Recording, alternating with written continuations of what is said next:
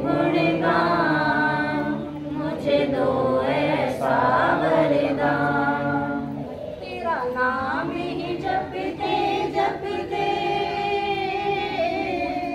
तेरा नाम ही जपते जपते, इस तन से निकले प्राण, इस तन से निकले प्राण।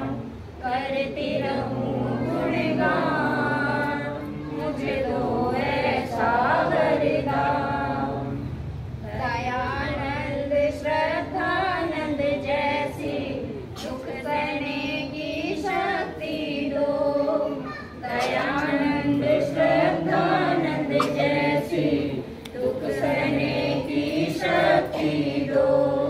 विचलित ना हो मन मेरा ये, मुझको ऐसी भक्ति दो। विचलित ना हो मन मेरा ये, मुझको ऐसी भक्ति दो।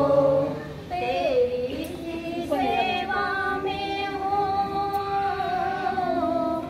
तेरी ही सेवा में हो, इस जीवन की हर शाम, इस जीवन की हर शाम। करती रहूं गुणगान, मुझे दो ऐसा वरदान। करती रहूं गुणगान, मुझे दो ऐसा वरदान। तेरा नाम ही जपते जपते, तेरा नाम ही जपते जपते, इस तन से निकले प्राण, इस तन से निकले प्राण। करती रहूं गुणगान, मुझे दो ऐसा वरदान। करती रहूं गुणगान, मुझे दो ऐसा वरदान।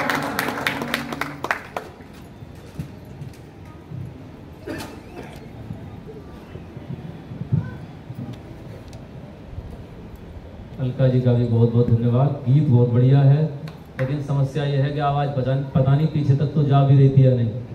जा रही थी, चलो ठीक है, धन्यवाद।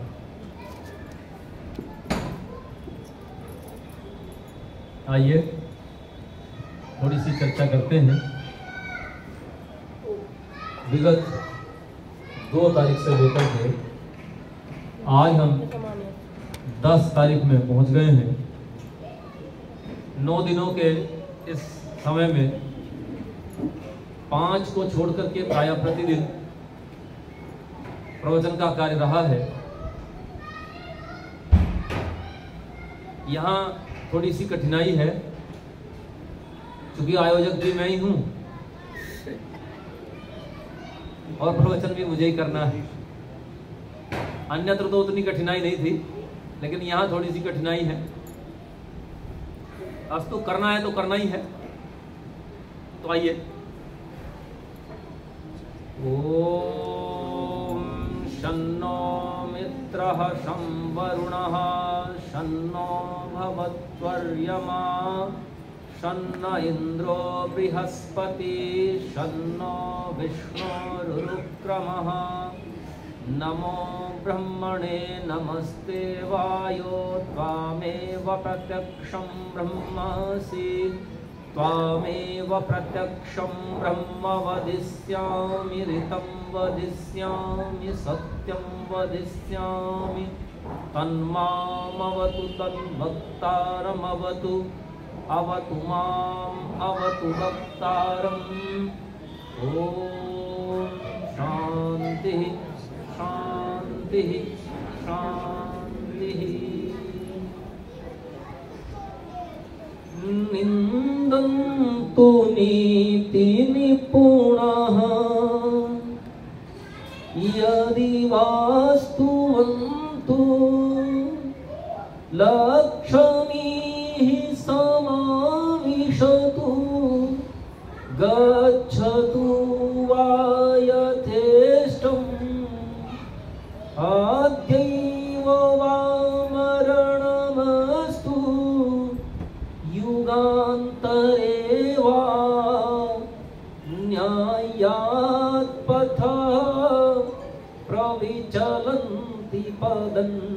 धीराः न्यायात् पथः प्रविचलन्ति पदन्न धीराः। समुपस्थित राष्ट्रीय निर्मात्री सभा मुजफ्फरनगर के अध्यक्ष आर्य आनंद स्वरूप जी, राष्ट्रीय संरक्षणी सभा के अध्यक्ष, जनपद की इकाई के अध्यक्ष आर्य योगेश्वर जी, हमारे आर्य समाज गंगा विहार के सभी पदाधिकारीगण, समुपस्थित आदरणीय गजेंद्र राणा जी, आप भी प्रतिनिधि सभा मुजफ्फरनगर के उपाध्यक्ष हैं जी, उपाध्यक्ष, साथी जिनसे बहुत कुछ सीखा है जीवन में और जिनकी कृपा प्राप्त होती रही, हमारे गुरुजी बैठे हैं आदरणीय यशपाल सिंह जी, आप किसान इंटर कॉलेज ककरौली के प्रधानाचार्य से रिटायर्ड हैं और हिंदी साहित्य के मर्मज्ञ विद्वान, हिंदी की बहुत बड़ी सेवा आप करते हैं। मेरे विचार से अभी भी कर ही रहे होंगे उसे, तो वो तो कर ही रहे हैं, क्योंकि इस प्रकार के कार्य छूटते नहीं हैं। समुपस्थित सभी हमारे अड़ोसी पड़ोसी, सभी कुछ रिश्तेदार, कुछ अपने आर्य बंधु और पूज्य मातृ, जैसा कि प्रतिदिन का नियम है, हमने आरंभ में तय कर लिया था कि पहले एक तर्क वेद के पक्ष में रखेंगे और फिर हम वेद के एक मंत्र की बात करें। तो प्रथम दिन से यही चल रहा है, तो आज भी उसी क्रम को अपनाएंगे। आइए आरंभ करें। एक छोटे से आख्यान से, एक गांव में, या समझ लीजिए एक ऐसी कॉलोनी में जहां बहुत सारे लोग एक साथ घुल मिल करके रहते हैं, तो उनका एक बड़ा ही सम्माननीय कोई अतिथि वहां आ गया। मान लीजिए कोई नेता है या कोई गुरुजी है जिसका सारे कॉलोनी के लोग सत्कार करना चाहते, तो उसे वहां जिन आयोजकों ने बुलाया, सबको पता था कि भाई सब लोग स्वागत करने आएंगे। अब सब स्वागत करने आएंगे तो एक व्यवस्था बनाई गई, उनके सामने एक मेज लगवा दी गई, सामने बैठा दिया गया। पहले कुछ लोग आए जो आगे थे, वो जब स्वागत करने आए अपनी माला लेकर के, तो उनकी माला अतिथि ने गले में पहन ली। अच्छा, कितनी मालाएं कोई गले में पहनेगा? एक कॉलोनी में अगर हम बात करें तो जो एक वार्ड है यहाँ शहर में, उसमें लगभग 6000 वोट है। आधे मान लो 3000 आए हों। अब 3000 लोग यदि आए हों तो कितने लोगों की कोई माला पहन लेगा जी? 10 की, 20 की, 30 की, 50 की, बस, इससे ज्यादा तो नहीं पहनेगा। तो उसने क्या किया, मालाएं निकाल करके उसने मेज पर रखना शुरू कर दिया। अब कोई आता तो अब माला पहनने की जगह ऐसे हाथ में पकड़ता, वहीं रख लेता, हाथ में पकड़ता, वहीं रख लेता। अच्छा, थोड़ी देर बाद वो मालाएं ऊंची होने लगी, और मालाएं ऊंची होने लगी तो आगे से जो लोग आ रहे थे, अब अतिथि उनसे पकड़ नहीं रहा था माला, वो आते थे और आकर के माला मेज पर चढ़ा जाते थे। थोड़ी देर में और अब मालाएं इतनी ऊंची हो गई कि आगे वालों को अतिथि दिखना बंद हो गया। अब वो क्या करते, आते और दूर से माला उसके ऊपर डालते और चले जाते, माला डालते और चले जाते। अब जो आयोजक थे उन्हें लगा कि भाई बहुत देर हो गई है, अब अतिथि आए हैं तो इनको कुछ नाश्ता पानी कराते हैं। तो अतिथि को चुपचाप पीछे से उठाया और उसे ले गए पीछे के कक्ष में नाश्ता कराने। अब लोग आ रहे हैं और माला चढ़ा रहे हैं। वास्तव में संसार ऐसा ही है। और हम सब भी इसी संसार में हैं। तो हम में से भी जानते हो अधिकांश लोग क्या करते हैं, क्या करते हैं, मालाओं पर माला चढ़ा रहे। जब हमें पता नहीं होता कि हम किसी काम को क्यों कर रहे हैं और तब भी हम कर रहे होते हैं, तो हम क्या कर रहे होते हैं, क्यों जी, क्या कर रहे होते हैं, मालाओं पर मालाएं चढ़ा रहे होते हैं। अच्छा ये बताओ, ये ठीक है मालाओं पर मालाएं चढ़ाना? वैसे सबसे बढ़िया क्या रहता, जैसे हमने इस यज्ञ में तय किया ना, भाई सबकी आहुतियां कराएंगे तो हमारे 2 घंटे इसी कार्य में लग जाएंगे। तो हमने क्या तय किया कि भाई जो आगे के 4 लोग बैठेंगे वही सबकी आहुतियां कर देंगे। तो सबसे बढ़िया क्या था, अपना कोई पंच चुन लेते और कहते कि भाई ये एक व्यक्ति जाएगा और यही सबकी ओर से स्वागत करेगा, बाकी सब हथेली बजाएंगे। तो सबकी तरफ से स्वागत हो जाता, सबसे बढ़िया। ना अतिथि को परेशानी थी, ना आयोजकों को थी, और ना मालाओं पर मालाएं चढ़ानी पड़ती। लेकिन हम क्या करते हैं, जब हम सोच लेते हैं सब अपने आप करना है, लेकिन हम जाते कहाँ हैं, उसमें कौन सी परेशानी में फंस जाते हैं कि हमें पता ही नहीं होता कि हम कर क्या रहे हैं और कर क्यों रहे हैं। जब ये पता नहीं होता तो याद रखना, उस समय हम धर्म तत्व से बहुत दूर होते, उस समय हम धर्म तत्व के आसपास नहीं पहुंच पाते। वास्तव में इस संसार में जो विद्वान लोग हैं, वो विद्वान लोग ये जानते हैं कि सब लोगों को हम समझाएं भी तो सब नहीं समझ सकते। तो जानते हो क्या उपाय करते हैं, कहते हैं धर्म को जानने के 4 तरीके हैं। अब उन 4 में से कौन सा तरीका अपनाया जाए, इसके स्तर का व्यक्ति देखो, चारों का स्तर देख लो, और जो जिस स्तर का हो उसे उस स्तर से धर्म करवाओ। तो वो 4 तरीके कौन से, मनु महाराज ने लिखे। मनु महाराज कहते हैं, श्रुति स्मृति सदाचारः स्वस्य च प्रियमात्मनः एतत् चतुर्विधम प्राहुः साक्षात धर्मस्य लक्षणम्।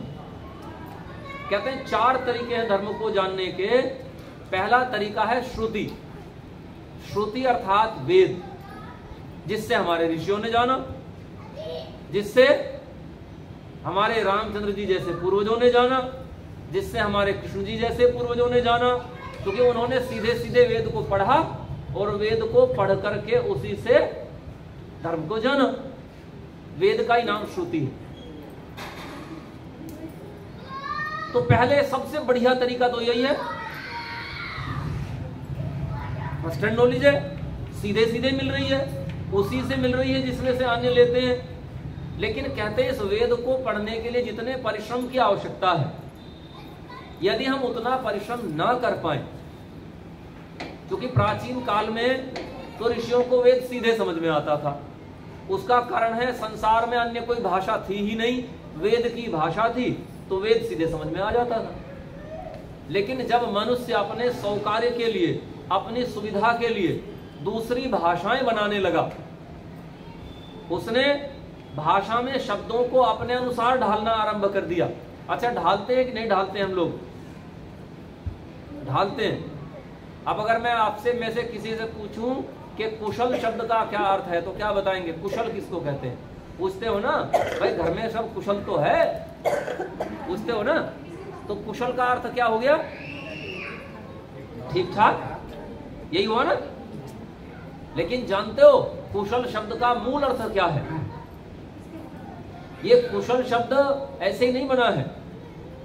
जब प्राचीन काल में यज्ञ होते थे तो यज्ञ के चारों ओर कुशाएं बिछाई जाती थी।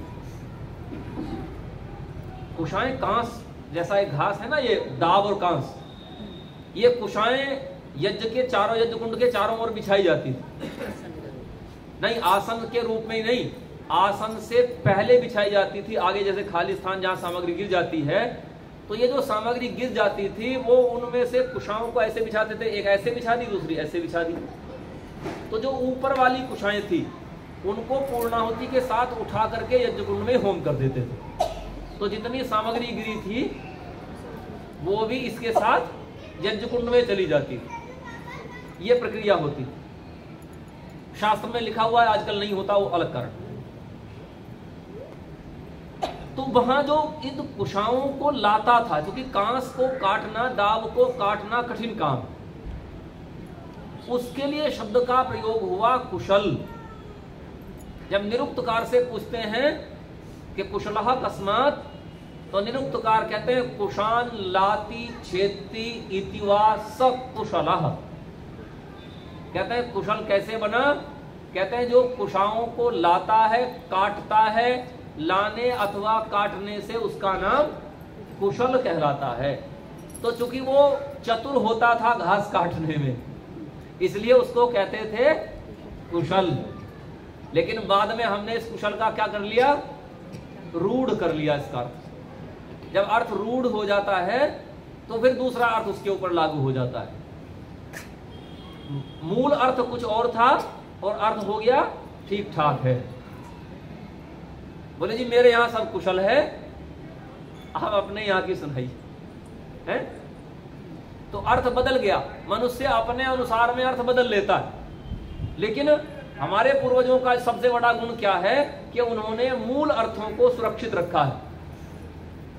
वो आज भी विभिन्न प्रकार से प्रातिशाख्यों में, विभिन्न प्रकार से उन्होंने निरुक्त जैसे ग्रंथों में, निघंटुओं में उन्होंने सुरक्षित रखा है।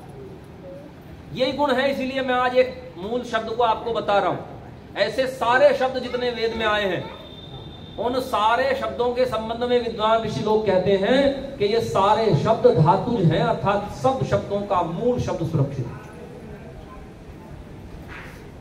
तो इसी को जब हम बनाने लगे, अपने ढंग से मोड़ने लगे, तो ऋषियों ने सुरक्षित करने के उपाय शुरू किए कि वेद को सुरक्षित रखा जाए, उसके अर्थ को सुरक्षित रखा जाए। तो वो ग्रंथ बना दिए जिनमें वो मूल अर्थ सुरक्षित रहे।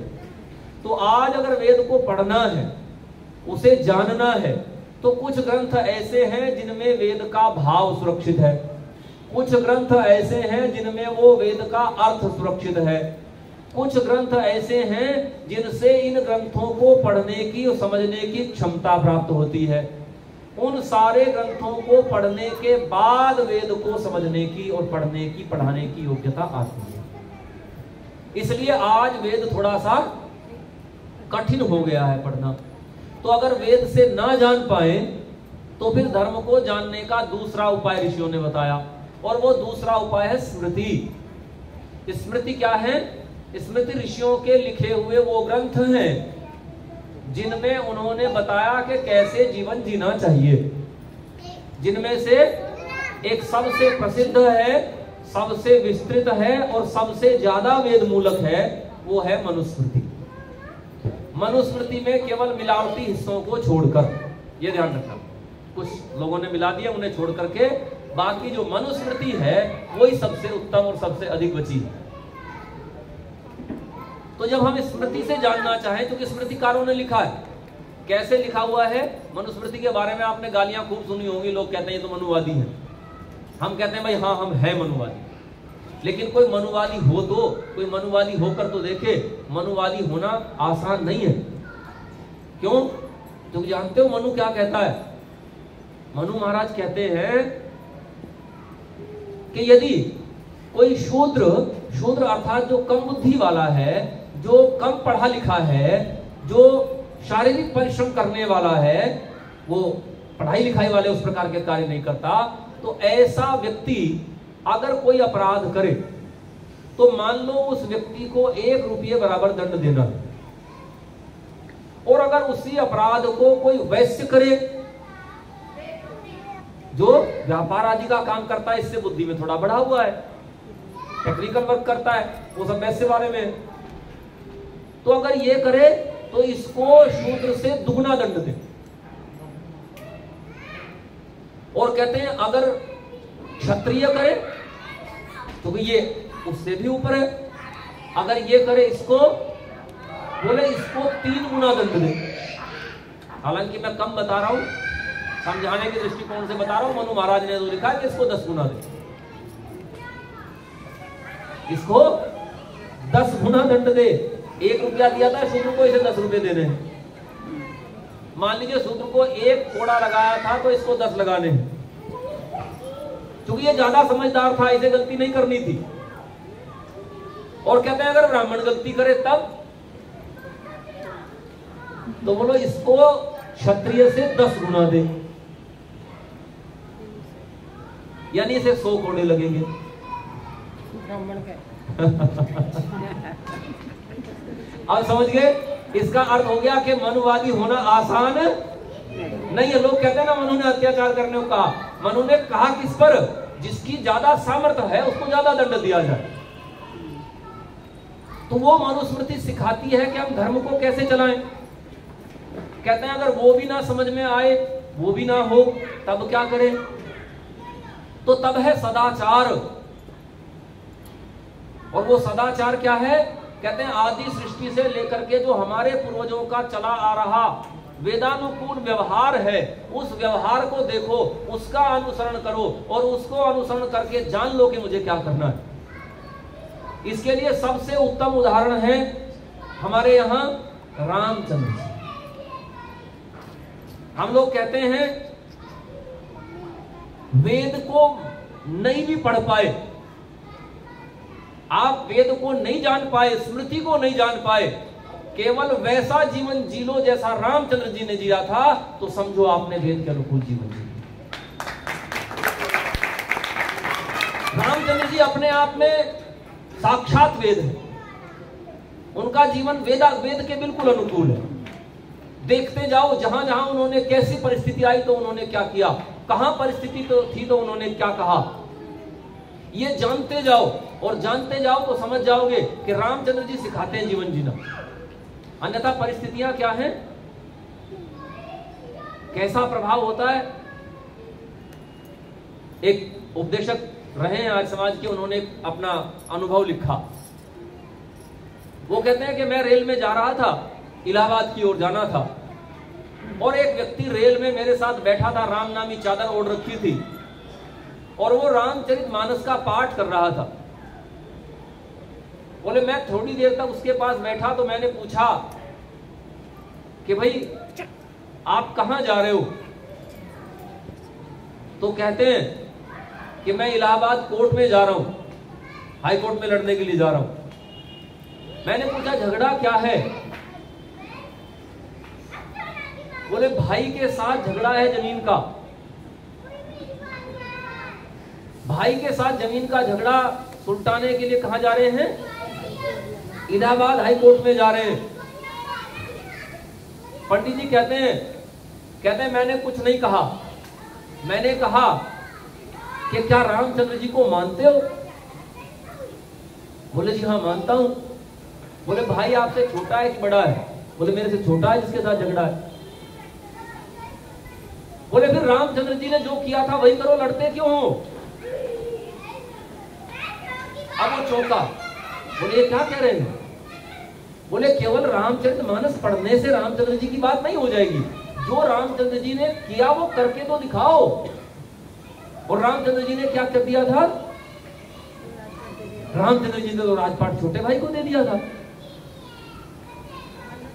अब वो जो रामचरितमानस पढ़ रहे थे कोर्ट में गए, और कोर्ट में जाकर के जब आमने सामने खड़े हो गए, भाई दूसरी तरफ खड़ा था कटहरे में, ये दूसरी तरफ खड़ा था। जज ने बुलाया, इसका नंबर था, गवाही देनी थी, और अब तक पता नहीं कितने झूठ तूफान दोनों भाइयों ने बोल रखे थे। ये खड़ा हुआ जज के सामने, और जज के सामने खड़ा होकर के बोला, जज साहब बाकी की बात छोड़ो, ना मुझे कोई गवाही देनी है ना मुझे कुछ कहना है, आप एक काम करो, ये जमीन जिसके ऊपर झगड़ा है मेरे छोटे भाई के नाम कर दो। ये रामचंद्र जी को मानने का परिणाम है। इन्होंने कहा कि जमीन मेरे छोटे भाई के नाम कर दो, और मेरा झगड़ा वास्तव में जमीन का था ही नहीं, जमीन तो छोटे भाई की है। फिर झगड़ा किसका था? बोले झगड़ा तो केवल इतना सा था कि ये भाई सम्मान नहीं करता। भाई और भाई की पत्नी उधर से दौड़े, उस कटहरे से दौड़े, और दौड़ करके जाकर के उन्होंने बड़े भाई के पांव पकड़ लिए दोनों ने, और जब इन दोनों ने पांव पकड़ लिए तो वहां हो गई रामचंद्र जी की जय। ये है साक्षात वैदिक जीवन। ये साक्षात वैदिक जीवन है जिसे जीने की आवश्यकता है। तो कहते हैं अगर ना पता चल रहा हो श्रुति से, हमने पढ़ाई नहीं, ना पता चल रहा हो स्मृति से, तो किससे जान लो? सदाचार से जान लो। पर एक सावधानी रखना, इस सदाचार में मिलावट कर रखी है लोगों ने। अगर इतनी बुद्धि आ जाए कि हम मिलावट से बच सकें तो जान लेना, और मिलावट से ना बच सको तो मुश्किल है। क्योंकि कैसी मिलावट कर रखी है? रामचरितमानस के नाम पर, रामायण के नाम पर वाल्मीकि जी ने तो नहीं लिखा, लेकिन इस देश में लगभग 300 से ज्यादा रामायण है। कितनी? 300 से ज्यादा रामायण है। जो आप रामायण देखते हो ना सीरियल, उस सीरियल वाले ने 180 से ज्यादा रामायण का आश्रय लेकर के आपको वो सीरियल बना करके दिखाया। यानी उसमें सारी वाल्मीकि की रामायण नहीं है, पता नहीं किस किस की मिलावट है। आपको आश्चर्य होगा, बता दूं आपको, आपने परशुराम लक्ष्मण संवाद सुना है? क्यों जी, खूब चौपाइयां गाई होंगी उसकी, है जी। होई है कोई दास तुम्हारा, है बिल्कुल, नाथ शंभु धनु भंजन हारा, होई है कोई एक दास तुम्हारा। ये खूब सुना होगा, खूब गाया होगा, मैंने भी खूब गाया है। लेकिन आपको आश्चर्य होगा कि वाल्मीकि रामायण में रामचंद्र जी के इस प्रकरण में, धनुष भंग वाले प्रकरण में, लक्ष्मण की और परशुराम की एक बात नहीं हुई आपस में, एक भी लाइन नहीं लिखी। यानी पूरा का पूरा परशुराम लक्ष्मण संवाद मिलावटी, बनावटी है ही नहीं। जो उत्तर रामायण है जितनी, जिसमें लव कुश की कहानी है, वो लव कुश की कहानी वाल्मीकि जी ने नहीं लिखी। वो वाल्मीकि जी के नाम पर किसी और ने बाद में जोड़ दी, और हम सब उसे भी असली मान करके उसके साथ व्यवहार कर रहे हैं। वास्तव में रामचंद्र जी के राज्याभिषेक के साथ वाल्मीकि की रामायण समाप्त हो जाती है। वाल्मीकि की रामायण राज्याभिषेक तक है। तो वो जो मिलावटें हैं, उन मिलावटों से कैसे बचे और उन्हें हम कैसे छाने, सबसे बड़ी समस्या ये है। इसीलिए समस्या खड़ी होती है। लोगों ने अपने मन की बात हमारे पूर्वजों के ऊपर लाद दी। जैसे कृष्ण जी की है, पूरे महाभारत में कृष्ण जी का राधा के साथ कोई संबंध नहीं दिखाया, कोई कथा ही नहीं। व्यास जी ने तो महाभारत लिखा है, और बाकी जिन्होंने पुराण लिखे उन्होंने अपने मन मर्जी की कथा बनाई। अब उन कथाओं पर विश्वास करे तो मरे। ये समस्या है कि कैसे उनको समझोगे। तब कहते हैं, तब एक और तरीका है, अगर वहां भी उलझ जाओ तो एक और तरीका है, और वो तरीका है स्वस्य च प्रियमात्मनः, अर्थात जो अपने मन को प्रिय लगे, जो अपनी आत्मा को प्रिय लगे, जो अपने आत्मा को प्रिय लगे, वो धर्म है। लेकिन यहां भी एक बड़ी समस्या है कि वो धर्म है या नहीं। वो जो आपको प्रिय लग रहा है, वो आत्मा को ही प्रिय लग रहा है या मन को प्रिय लग रहा है, इसका निर्णय करने का सामर्थ्य सबके भीतर नहीं होता। अधिकांशतः तो मन क्या होता है, जो मन समझ रहा होता है उसी को लोग समझते हैं यही मेरी आत्मा को प्रिय है। मन की बात कोई लोग आत्मा की बात समझ लेते हैं, और जब ऐसा समझते हैं तो संकट आ जाता है। तो इससे बचना है तो जांच करना सीखो, और जांच करने के कुछ सरल उपाय हैं। वो सरल उपाय अगर आपने कर लिए तो आप जांच कर सकते हो। बहुत संक्षेप में मैं कहकर के इस बात को आगे बढ़ूंगा। जांच करने का आसान उपाय है, देखो जैसा जैसा दुनिया है, जैसी जैसा दुनिया में सृष्टि क्रम है, अगर वैसा वैसा ही है तो ठीक है, अगर उसके विरुद्ध है तो गलत है। अगर कोई आपको आकर के बताता है कि आम के पेड़ पर साइकिल के पंप लगे हुए हैं आम की जगह, इसी को तो चमत्कार कहते हैं ना भाई। आम के पेड़ पर आम लगा हो तो कोई चमत्कार है जी? मेरे लिए तो है, मेरे लिए है। अगर उसे समझने की कोशिश करोगे तो आम के पेड़ पर जो आम लगा है वही असली चमत्कार वही है। लेकिन हम चमत्कार किसको समझते हैं? जब कुछ अनोखा हो जाए उसे चमत्कार सोचते हैं। तो जब कोई आपको कहे कि फला ने मुर्दे को जिलाया, तो समझ लेना कि यह सत्य नहीं हो सकता। क्यों? क्योंकि मुर्दा जिलाया नहीं जा सकता, और जो जिलाया जा सकता है वो मुर्दा था ही नहीं। ये समझ लेना, क्योंकि एक बार मरा तो मरा, फिर नहीं जिलाया जा सकता। तो अगर कोई भी कहता है कि किसी संत ने, किसी महात्मा ने, किसी जादूगर ने आकर के कोई मुर्दा जिला दिया, तो समझ लेना नकली है। अगर आप ये जांच करना सीख गए कि सृष्टि क्रम नियम के जो विरुद्ध है, जो 8 प्रमाणों के विरुद्ध है, अब ये 8 प्रमाण आपको जानने पड़ेंगे। किसी कक्षा में बैठोगे तो पता चलेगा, या नहीं बताऊंगा, क्योंकि ये बताए नहीं जा सकते थोड़ी देर में, इसलिए नहीं बता रहा हूं। तो 8 प्रमाणों के अगर विरुद्ध है तो समझ लेना नकली है। परीक्षा के तरीके बता रखे हैं। कहते हैं अगर आप, जो हमारे विद्वानों ने कह रखा, जो ऋषियों ने कह रखा है, अगर उसके विरुद्ध है तो समझ लेना नकली है। और कहते हैं अपने आत्मा के अगर विरुद्ध है तो भी समझ लेना नकली है। मन भीतर से स्वीकार ही नहीं हो रहा, भीतर से स्वीकार ही नहीं हो रहा है। कैसे स्वीकार नहीं होता है? वो मीरापुर में एक कथा हो रही थी, मैं वहां गया था देखने के लिए। उन्होंने एक यज्ञशाला बनाई थी, उसमें 25 कुंड बना रखे थे, और यज्ञशाला पूरी की पूरी बना रखी थी उन्होंने सर्वों की। तो बड़ी सुंदर बनी थी, लोगों ने बड़ाई की, तो मैं भी उसे देखने चला गया। अब मैं उसे देखने गया यज्ञशाला को, तो हमारे बड़े भाई साहब उस कथा को सुनने गए थे, वो तभी बाहर निकल करके आए। मैंने कहा भैया आप सुन लो, मैं आपको नहीं कुछ भी कहने आए, आप कथा सुन लो, कोई बात। बोले भाई सुन तो लूं, लेकिन इतना झूठ भीतर भर नहीं रहा। बोले सारा नहीं पचा सकता। मैंने कहा क्या हो गया? बोले ये कह रहे हैं कथावाचक कि नंद बाबा के यहाँ 1 लाख गाय थी। भाई मान लिया राजा का रिश्तेदार था, होंगी 1 लाख, इतनी तक तो चल जाएगी बात। हालांकि 1 लाख को चराने के लिए कितनी दूर की जगह चाहिए, इतना बड़ा गांव नहीं था वो, इस गांव की बात हो रही है। लेकिन फिर भी हमने मान लिया चलो होंगी 1 लाख, राजा का रिश्तेदार है भाई। फिर आगे बोले इन 1 लाख गायों का दूध यशोदा जी अकेले निकालती थी। इससे आगे की सुनो। फिर बोले अकेले ही उस दूध को पिलोती थी। अब सोचो कितने बड़े बर्तन में आता होगा। पहले तो फैक्ट्री लगेगी 1 लाख गायों के दूध के लिए, हैं? अब भाई बोले जी इतने सारे लोग बैठे हैं यहाँ, हजारों लोग बैठे हैं, लेकिन एक भी उठ करके ये नहीं कहता कि पंडित जी गलत क्यों बोल रहे हो। बोले इसके बाद इतना कह करके पंडित जी ने वो गीत शुरू कर दिया, और महिलाओं ने नाचना शुरू कर दिया, पुरुषों ने हथेली बजानी शुरू कर दी, किसी ने पूछा ही नहीं क्या हो रहा है।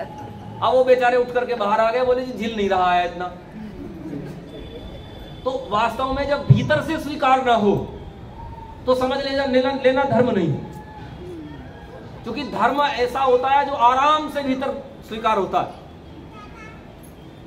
तो ये कसौटियां हैं कुछ जिनसे आप जान सकते हो कि वो धर्म है या नहीं।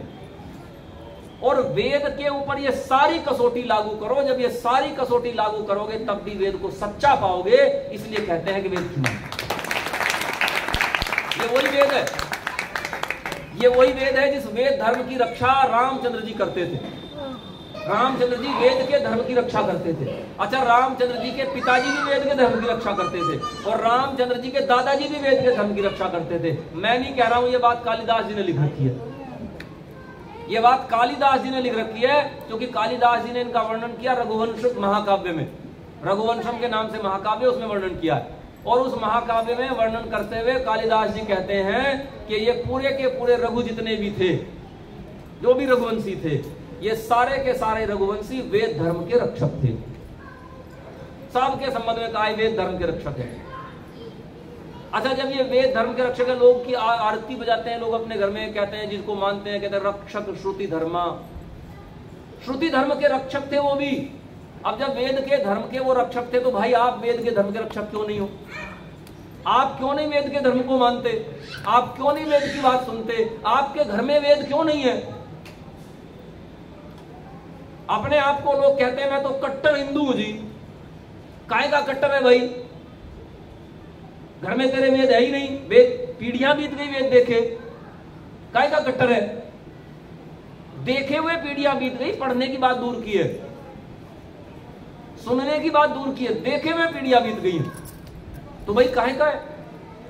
अपने आप को कट्टर ऐसे कहने से थोड़ा हो जाता है, वो लंबा तिलक लगा ले कट्टर हो जाएगा। उसके भीतर क्या है उससे पता लगेगा। ये तो बाहर दिखावा है, और इस दिखावे को कालिदास जी कहते हैं, मेरी बात मत लेना, कालिदास जी कहते हैं न लिंगम धर्मस्य कारणम, कहते हैं ये जो बाहर के दिखावे है ना, ये धर्म का कारण नहीं है। किसने कैसी पगड़ी बांधी है, किसने कैसी धोती बांधी है, ये सब धर्म का कारण नहीं है।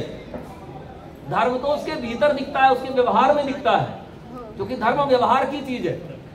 तो आओ एक धर्म की बात वेद से, अब मैं आपके बीच का, ये तो मैंने वेद के पक्ष में एक तर्क दिया, इसलिए देना पड़ रहा है क्योंकि हम वेद को भुला दिए, हमारे लोग अपने लोग वेद को भूल गए हैं, इसलिए मुझे वेद की बात इतनी लंबी चौड़ी आपके सामने कहनी पड़ी। आइए एक मंत्र लेते हैं, मंत्र है अथर्ववेद का।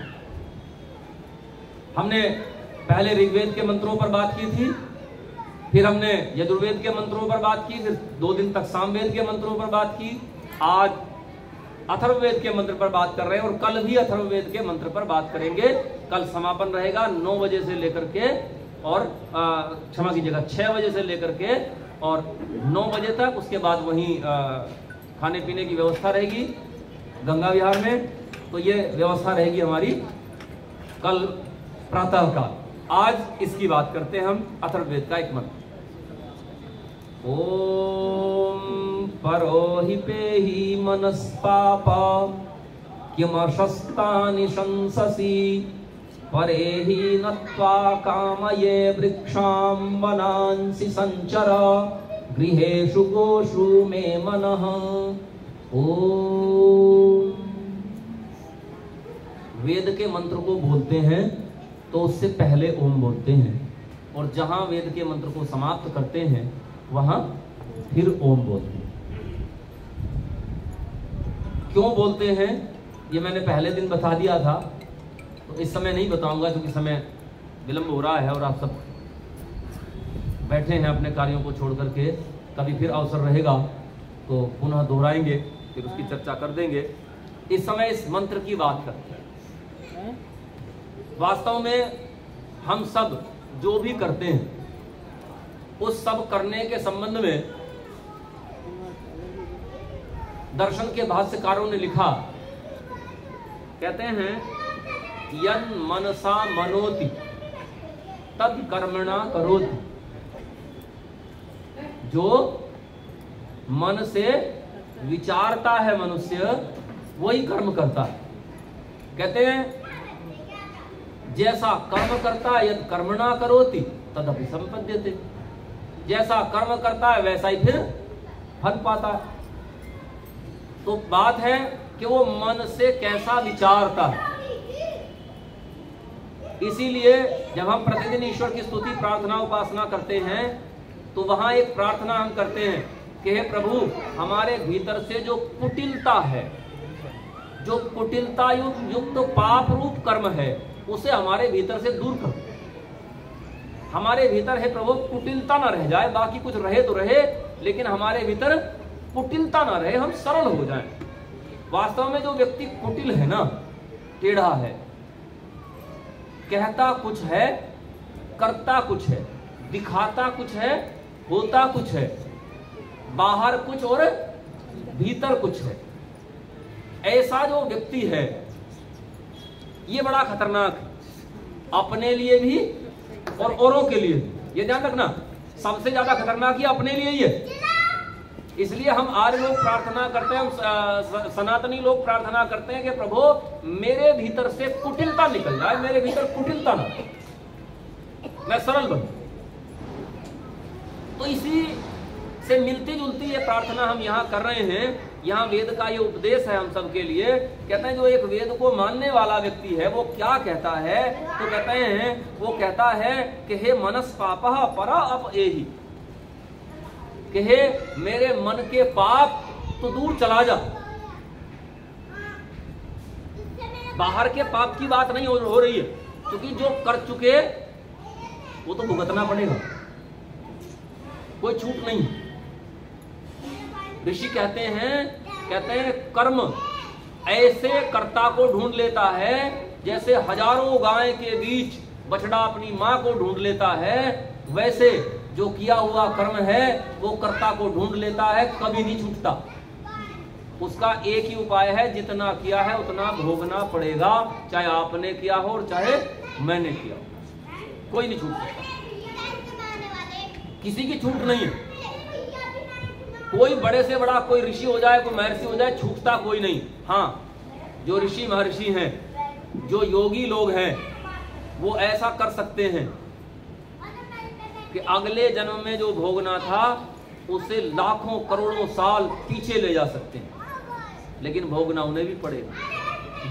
ये ध्यान रखना, वो चूंकि मोक्ष को प्राप्त कर जाते हैं तो जितने समय तक मोक्ष में रहेंगे उतने समय तक नहीं भोगना पड़ेगा, वो बच जाएंगे।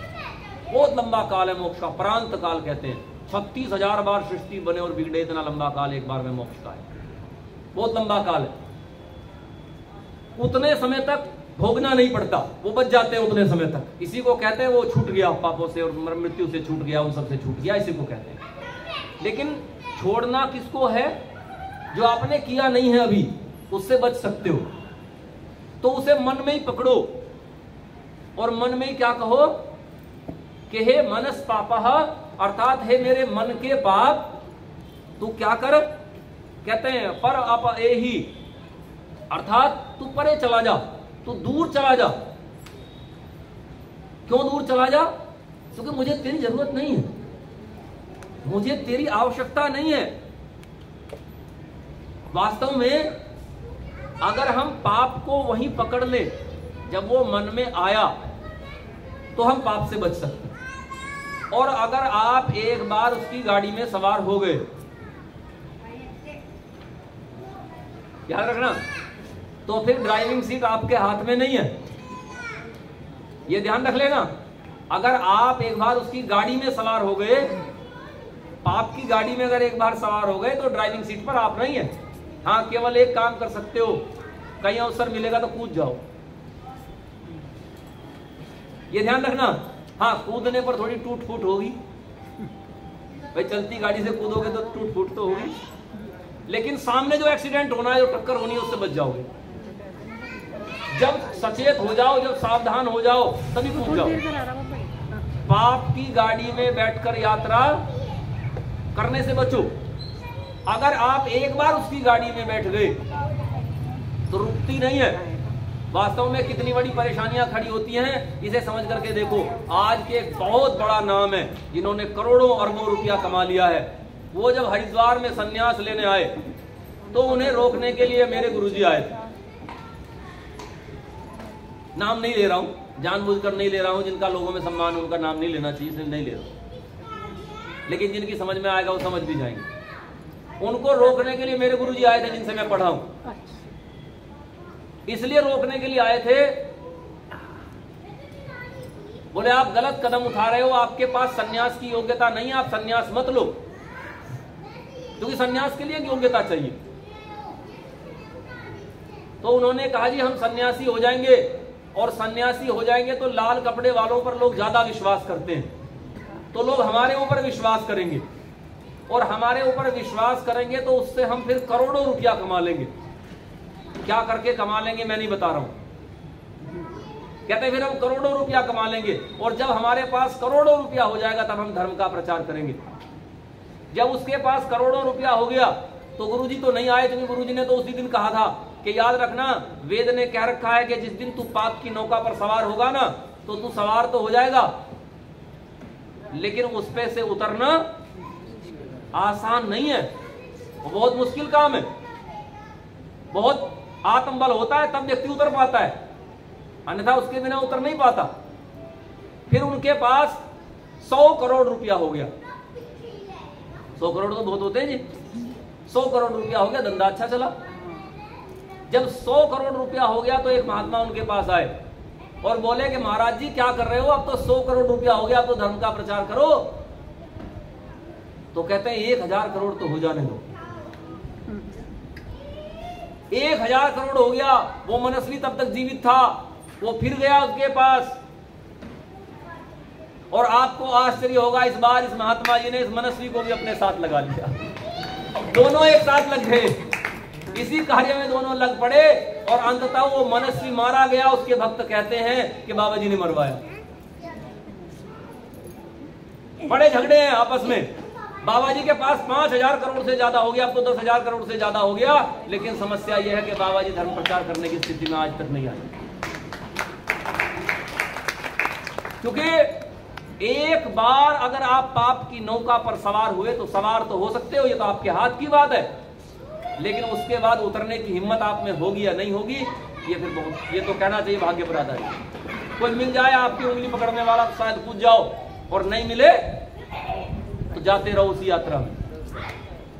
तो इसलिए कह दिया कि हे मेरे मन के पाप, जब तूने मेरे दरवाजे पर दस्तक दी, जब तू मेरे दरवाजे पर आया, जब तूने मेरे मन को खटखटाया, तो तभी एक साधक, सभी एक सनातन धर्म को मानने वाला एक सनातनी उसी समय कह रहा है कि हे मेरे मन के पाप, तो दूर चला जा।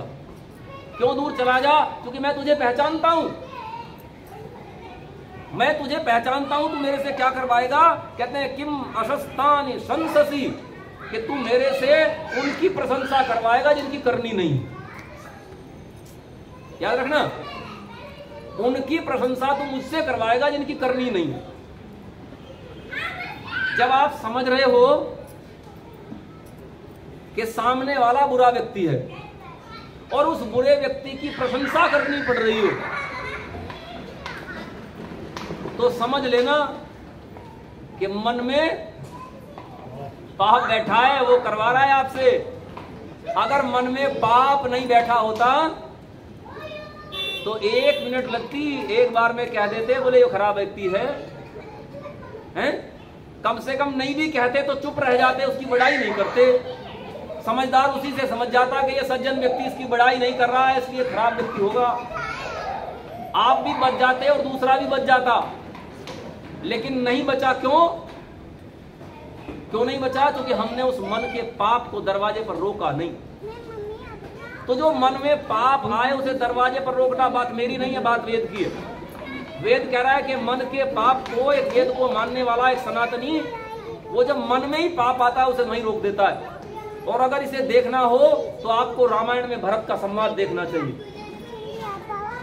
जब भरत जी वापस आ जाते हैं और वापस आने के बाद जब रामचंद्र जी को वनवास हो गया और भरत जी ननिहाल से आ गए, तो ननिहाल से आने के बाद भरत जी अपनी माता के पास गए और अपनी माता के पास जान करके जब सारा वृतांत सुन लिया तो अपनी माता को बुरा भला कहने लगे और वहां से फिर चले, बोले जो कुछ आपको करना था आपने कर दिया, मैं अब कैसे जीऊंगा इस संसार में। तो जाता है कौशल्या के पास और माता कौशल्या के पास जाकर के कहता है कि माता, अगर मैंने मन में भी ये लाया हो कि मेरे भ्राता राम को राज्य न मिले और मुझे राज्य मिल जाए, तो मुझे वो पाप लगे, पूरी एक लिस्ट बना दी है। वो पाप लगे जो गाय को लात मारने वाले को लगता है, वो पाप लगे जो झूठ बोलने वाले को लगता है, वो पाप लगे जो बलात्कारियों को लगता है, मुझे वो पाप लगे जो वेद के निंदा करने वाले को लगता है। पूरी एक सूची बना दी पापों की। इसका अर्थ है ये है वेद को मानने वाले लोग जो पहले ही कहते हैं कि मन में आने ही नहीं देंगे हम पाप को, वहीं पकड़ लेंगे दरवाजे पे, और जब दरवाजे पे आएगा तभी कहेंगे भाग, और कहां चला जा। आप समझ लेना। अरे जो लोग बैठ करके गला काटने वालों की बढ़ाई कर रहे हैं ना, टीवी पर बैठ करके गला काटने वालों को गलत नहीं कह पाते और उनकी बात को घुमा फिरा करके सिद्ध कर लेते हैं, समझ लेना इनके मन में पाप है। मन में पाप नहीं होता तो सच कहते, और सच नहीं कहते हैं तो समझ लेना मन में पाप है। कुछ भी नहीं कहने की जरूरत थी, कुछ नहीं कहना था। अरे पुस्तकें उठा लाते उनकी। लोग कहते हैं ना नूपुर शर्मा ने बहुत गलत किया, उसकी बहुत निंदा करते हैं। क्यों निंदा करते हो भाई? क्या गलत किया, क्या गलत कह दिया भाई? क्या कह दिया उसने? वही तो कह दिया जो उनकी पुस्तक में लिखा है। लाते उनकी पुस्तक उठा करके और कहते देखो तुम्हारी पुस्तक में लिखा है, नूपुर शर्मा ने यही तो कह दिया। क्यों फांसी चढ़ाने की बात हो रही भाई? और ये याद रखना, कोर्ट में केस चलेगा, उसके ऊपर कोई केस लागू नहीं होगा, वो छूटेगी। लेकिन समस्या केवल इतनी है कि उसकी जान बचाने वाला कौन है? उनसे कौन बचाएगा जिन्होंने सलमान रुश्दी की आंख में चाकू मार दिया? उनसे कौन बचाएगा? उनसे कौन बचाएगा जिन्होंने श्रद्धानंद को गोली मारी थी? उनसे कौन बचाएगा जिन्होंने लेखराम को छुरा मारा था? उनसे कौन बचाएगा जिन्होंने कन्हैयालाल का गला काट दिया? उनसे बचाने की सामर्थ्य नहीं है इस हिंदू समाज में, इस सनातन समाज में वो सामर्थ्य नहीं है। इसीलिए मुसलमान से हिंदू बना क्या है? रिजवी। आज रो रहा है, कह रहा मैंने गलती कर ली, मैंने गलती कर ली। ये हिंदू मेरे साथ खड़े ही नहीं होते। क्यों नहीं खड़े होते? क्योंकि मन में कहीं ना कहीं पाप लिए बैठे हैं। अगर मन में पाप नहीं लिए बैठे होते तो सत्य का स्थान होता, धर्म का स्थान होता वहां मन में, और वहां मन में धर्म का स्थान नहीं है। धर्म केवल दिखावे के लिए है। भीड़ लगी है चारों तरफ, मंदिरों में भीड़ लगी है, चारों तरफ आश्रमों में भीड़ लगी हुई है, लेकिन याद रखना इनमें से अधिकांश लोग दिखावे के हैं। इसलिए जा रहे हैं क्योंकि मेरा पड़ोसी जा रहा है, इसलिए जा रहे हैं क्योंकि मेरी जिठानी जा रही है, इसलिए जा रहे हैं क्योंकि मेरी दोरानी जा रही है, इसलिए जा रहे हैं। वो इसलिए नहीं जा रहे हैं कि उनके धर्म से कोई लेना देना है। तो अगर उन्हें जाना है तो धर्म को उन्हें भीतर अंतःकरण में बसाना होगा, और जब अंतःकरण में धर्म बसा होता है तो व्यवहार भरत सा होता है, व्यवहार राम सा होता है, तब व्यवहार सीता सा होता है, तब व्यवहार ऐसा होता है जैसा लक्ष्मण की पत्नी का व्यवहार था। तब वो व्यवहार जन्म लेता है, और वो व्यवहार अगर जन्म नहीं ले रहा है तो इसका सीधा अर्थ है कि मन में धर्म ने स्थान नहीं बनाया, सत्य ने स्थान नहीं बनाया, वेद ने स्थान नहीं बनाया। रामचंद्र जी होठों पर हैं, हृदय में पाप छुपा है। रावण बैठा है, रावण। वो जो हृदय के रावण है वो मारने होंगे, और उसको क्या कर देना होगा? उसके लिए क्या कह देना पड़ेगा कि उसे बाहर निकालो। और कहां तक बाहर निकालो? वेद कहता है त्वा न कामये, अर्थात मैं तेरी कामना नहीं करता, मैं नहीं चाहता कि तू मेरे पास आ, बल्कि कहते हैं वृक्षान वनानि संचरा, तू वृक्षों में चला जा, तू वनों में चला जा, मेरी तरफ से कहीं चला जा दुनिया में, लेकिन मेरे मन में मत आ। मेरे पास तेरे लिए स्थान नहीं है। तू मेरी तरफ से वन में चला जा, तू मेरी तरफ से वृक्षों में चला जा। वास्तव में वृक्षों में क्यों कह दिया, वन में क्यों कह दिया? इसके पीछे भी कारण है, क्योंकि ऋषियों का यह मानना है कि जो घोर पापी लोग होते हैं उन्हें वृक्षों की योनियां मिलती हैं, वो वृक्ष बन जाते हैं। कितनी लंबी जेल है जी? मान लो एक बड़ का पेड़ बन गया, मान लो सोचो कि कल के दिन मैं बड़ के पेड़ की आत्मा के रूप में जन्म लिया, तो कितने दिन तक कुछ भी नहीं कर पाऊंगा? लग गया 400 साल के लिए बड़ का पेड़। नहीं, 400 साल तक किसी ने काटा तो 400 साल तक खड़ा है जी, 500 साल तक खड़ा है। कितनी लंबी जेल हो गई? तो घोर पापियों के लिए ऐसी जेल बना रखी है परमात्मा ने। ये उन्हीं की लिए जेलें हैं। कुछ ऐसे क्षण भर में मर जाते, मच्छर पैदा हुआ थोड़ी देर बाद मर गया, थोड़ी देर का था, भोग कर दिया, अगला जन्म मिल गया। कुछ ऐसे हैं जिनको जन्म मिला तो छूटने का नाम नहीं, ऐसी लंबी जेल हो गई। मगरमच्छ बना दिया, मगरमच्छ 150 साल जीता है, पड़ा है नदी में, खाता कितने दिन में है? कई बार महीने में एक बार। रोज नहीं खाता मगरमच्छ है। सोचो अगर रोज खाता तो क्या हो जाता है, बड़ी समस्या हो जाती है अगर वो रोज खाया करता तो। रोज नहीं खाता, महीने में कभी एक बार खाता है। वो एक बार खा लिया, पड़ा रहेगा, बस सोया रहेगा नीचे धरती उसमें जा करके नदी में। तो ऐसी ऐसी योनियां परमात्मा ने बना रखी है, सोचो हमें भी भोगनी पड़ सकती है। कब? अगर मन के पाप को नहीं निकाला। तो इसलिए कहा कि मन के पाप तू कहां चला जा? पेड़ों में चला जा, वृक्षों में चला जा, तू वन में चला जा, वहां है तेरे लिए स्थान, मेरे यहां नहीं है, मेरे यहां मत आ। क्यों? कहते हैं मैं मनः गृहेषु गोषु, कहते जो मेरा मन है वो तो घरों में लगा हुआ है, मेरा मन तो अपने घर को संवारने में लगा है, मेरा मन तो अपने भीतर लगा है, और मेरा मन तो गौओं में लगा हुआ है। गोषु, मेरा मन गौओं में लगा हुआ है। अब गौ शब्द का एक अर्थ तो है ये गाय जो आप लोग पालते हो, दूध देती है, और एक अर्थ है अपनी इंद्रियां, जो हमारा अंतःकरण, हमारी इंद्रियां हैं, हमारे जो भीतर के साधन हैं, इनका नाम भी गौ है। कहते हैं ना गोस्वामी, तो किसी को गोस्वामी कहते हैं तो इसलिए नहीं कहते कि उसके यहाँ कहीं गाय बंधी हुई होगी, हालांकि वो भी गोस्वामी है, क्योंकि जब उसके घर में गाय है और वो गायों का मालिक है तो गोस्वामी तो है, ठीक। लेकिन जब हम गोस्वामी की बात करते हैं तो असली गोस्वामी कौन? जो अपनी इंद्रियों पर अधिकार रखता है, असली गोस्वामी वही है। जब हम किसी को गोस्वामी कहते हैं ये जो सन्यासी हैं इनके आगे स्वामी इसीलिए लगाया जाता है, ध्यान रखना। जिसने घर छोड़ दिया, जो अब अपने घर का भी स्वामी नहीं है, उसे क्या कहते हैं? उसे स्वामी जी कहते हैं लोग। काहे का स्वामी जी है वो? है जी? अरे पत्नी भी छोड़ दिया तो उसका भी स्वामी नहीं रहा। बच्चे छोड़ दिए, पत्नी छोड़ दी, गांव छोड़ दिया, घर छोड़ दिया, अब किसका स्वामी है? अभी स्वामी है ये। किसका स्वामी है? क्योंकि ये अपनी इंद्रियों का स्वामी है। अभी अपने मन का स्वामी है, राज करता है मन के ऊपर, इसलिए इसका नाम स्वामी है। और जो राज नहीं करते मन के ऊपर, अपनी इंद्रियों के ऊपर अधिकार नहीं रखते और लाल कपड़ा पहने हुए, स्वामी नहीं, अधिकारी है, याद रखना। ये भिखारी है। भिखारियों को भिखारियों वाला सम्मान दो और स्वामियों को स्वामियों वाला सम्मान दो। ये सीख लो और वेद की बात मानना सीख लो, क्योंकि वेद क्या कह रहा है कि पाप को मन के दरवाजे पर ही रोक। ये है वेद, ये है वेद का संदेश, ये है वो संदेश जो ईश्वर ने आपके लिए दिया। और ये सब आपका अधिकार है, आपको मिलना चाहिए। दुर्भाग्य ये है कि वेद की बात बताने वाले लोग थोड़े हैं, कथा करने वाले बहुत हैं। क्योंकि कथा में आनंद आ जाता है, बीच में थोड़ा सा हारमोनियम बज जाता, थोड़ा डपड़ी बज जाती है, डीजे वीजे बज जाता, तो सबको आनंद आता। अब मैंने ऐसी बात बताई है, कुछ ईश्वर की ऐसी अनुकंपा है कि हम जिन गुरुओं के पास पढ़े, उन्होंने हमें ठोक पीट करके ऐसा बनाया कि जब हम बोलते हैं ना तो लोगों को ये लगता है कि धमका रहा है। लेकिन क्या करें भाई, जैसा हमें उन्होंने बनाया वैसे हम बन गए। फिर भी मैं तो एक कहता हूं कि सच कड़वा होकर भी मिल जाए तो परमात्मा की कृपा है।